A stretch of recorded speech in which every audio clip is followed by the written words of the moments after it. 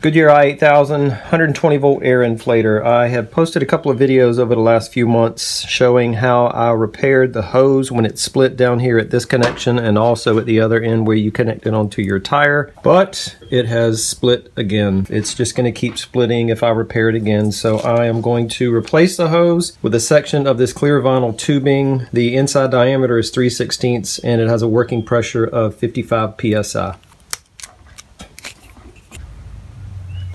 This compression nut on top that holds on the hose, this is 14 millimeters, so we need to back that off.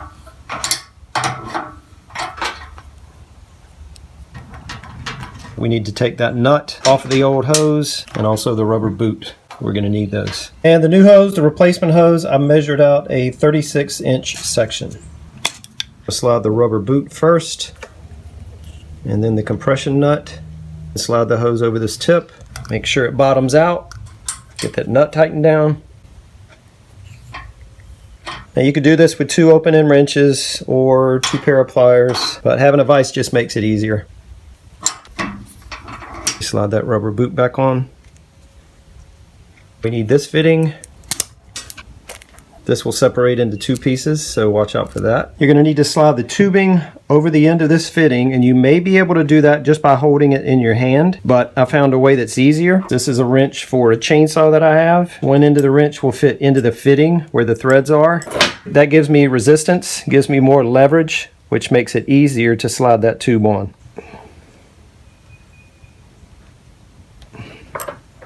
And I slid that tubing on just short of this part of the fitting that swivels so that the tubing's not butted right up against it, because that would make it more difficult to spin this and more difficult to get this threaded onto the valve stem. So I left just a little bit of room. To secure the tubing onto that fitting, I'm using a zip tie. I'm sure there's a better way to do this, but I think a zip tie will hold it just fine.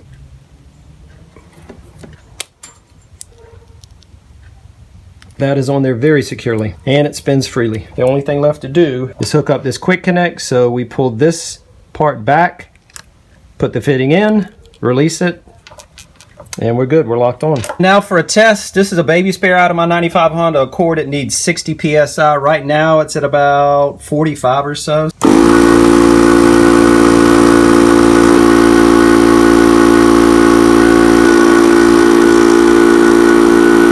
All right, that's actually about 65 psi. I ran it up that high because I know I'm going to lose a few pounds when I unscrew this.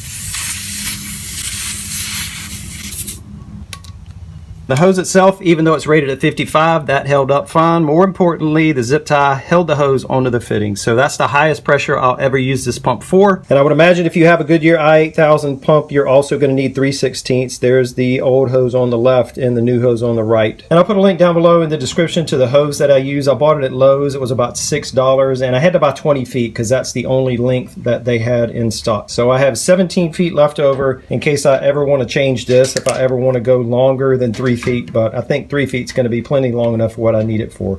Or I'm sure you can buy a hose just like this that coils up that has the fittings already on it, but I knew I was going to reuse these fittings, so all I needed was the tubing, and as we saw, it held pressure up to 60 psi, which is all I'm going to need it for. That's it. Hope this helps. Thanks for watching.